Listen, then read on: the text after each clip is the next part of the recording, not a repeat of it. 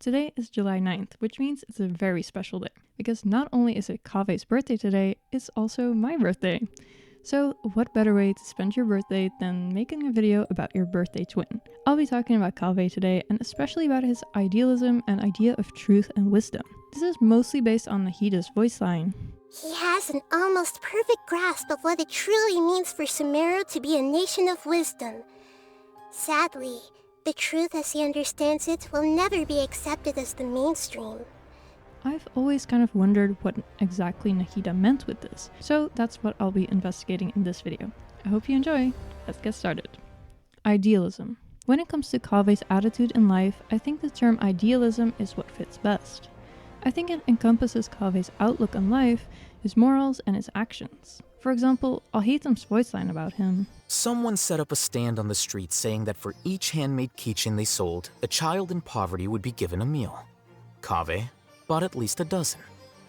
This is Sumeru, where even healthcare is free. I needn't say more. Kaveh strives for a world where every person has a good life, and he tries his best to contribute to this as well. In another voice line, Al-Haytham calls him sensitive.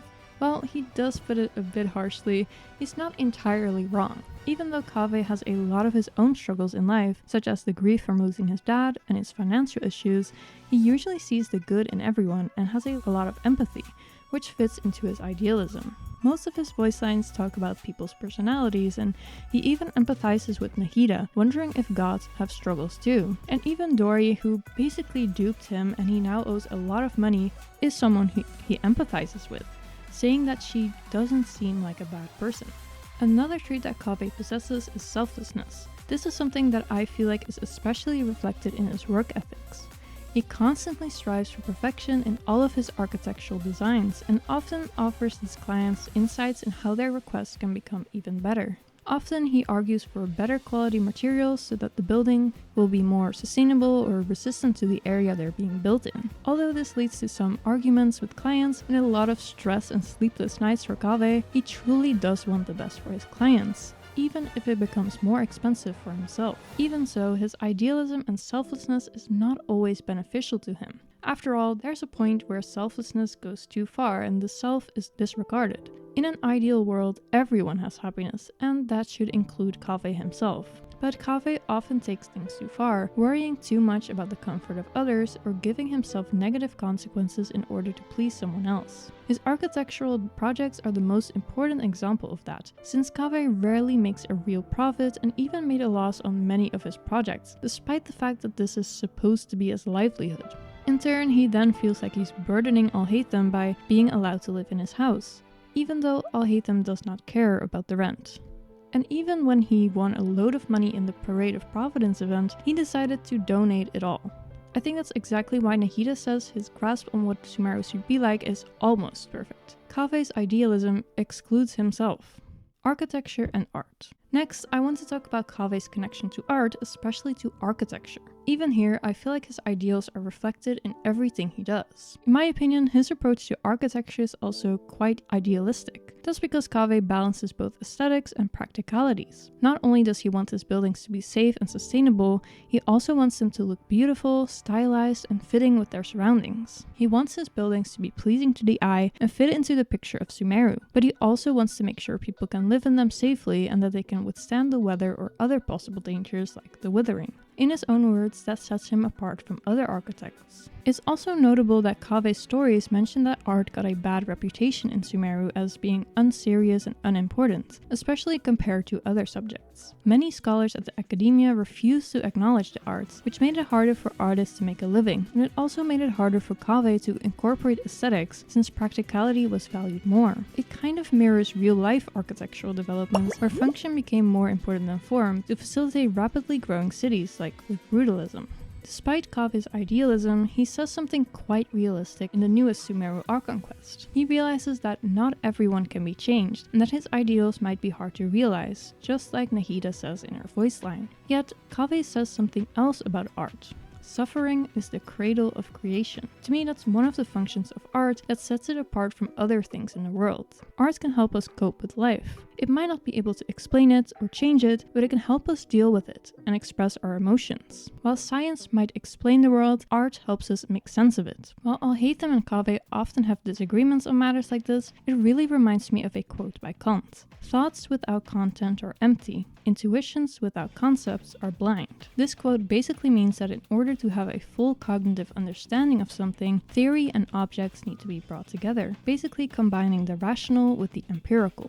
In order to understand abstract concepts, they need to be brought together with something the senses can see. But in order to understand something we can only experience through our mind or senses, we need theory. An important function of art can be found in this, as art can in fact help us understand theory. But like I said, it can also function to turn our empirical experiences into something tangible. My point is, art is important in many ways, and I don't think it should be set aside as something unimportant. I also believe Kaveh and Al-Haytham are supposed to represent the synthesis between rationality and sensibility, which is even something mentioned in Kaveh's 5th character story, where it kind of emphasizes the dichotomy between the two of them. But Kant also has another theory about the aesthetic judgment of art, and I believe this fits Kaveh very well too. According to Kaveh, there is such a thing as subjective beauty, and that is exactly what Kant argues as well. Kant's theory basically argues that in order to appreciate beauty, our judgment needs to be disinterested. This basically means that when we look at something, we only focus on its beauty and not on any other characteristics. For instance, when I look at a painting of an apple and want to judge it on its beauty, I should not focus on the fact that the apple looks delicious. In the same way, when judging an art object, we must take them an sich, or as they are. According to him, a judgment of taste is where the imagination and understanding come together. But there is no particular theory for beauty, as it's not a science. It's purely empirical and based on our own feeling of pleasure or displeasure when looking at an object. Even if taste might be subjective, Kant argues that there is something in our cognitive faculties that makes it possible to perceive beauty. And if one person is able to perceive this beauty in an object, they have the right to assume others can perceive this too. This a priori cognitive faculty that Kant argues is similar to how Kaveh says that beauty is something objective that exists in human hearts. It will not lose its value simply because some people cannot understand it. In the same way, just because other people have different tastes, we often cannot be swayed in our aesthetic judgments. That's probably why Al-Haytham and Kaveh argue about the interior of their house so much. Sumeru's wisdom. To me, it's especially telling that Nahida says Kaveh has an almost perfect grasp of what wisdom is supposed to be like. That is because Kaveh and Nahida are actually very similar people in my eyes. They are both extremely selfless and idealistic, seeing the best in everyone and wanting to help them out. Many people even consider Nahida a friend rather than a full-on god, which shows how kind she is. Nahida even took Wanderer under her wing despite recognizing that he is evil.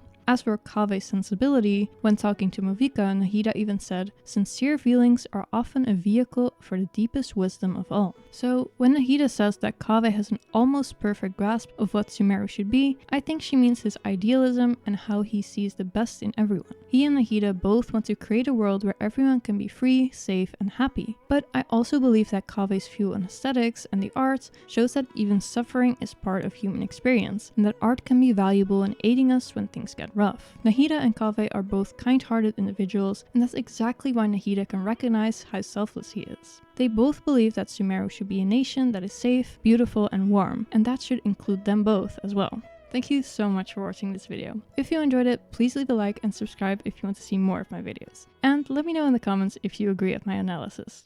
I hope I'll see you in the next one. Bye bye!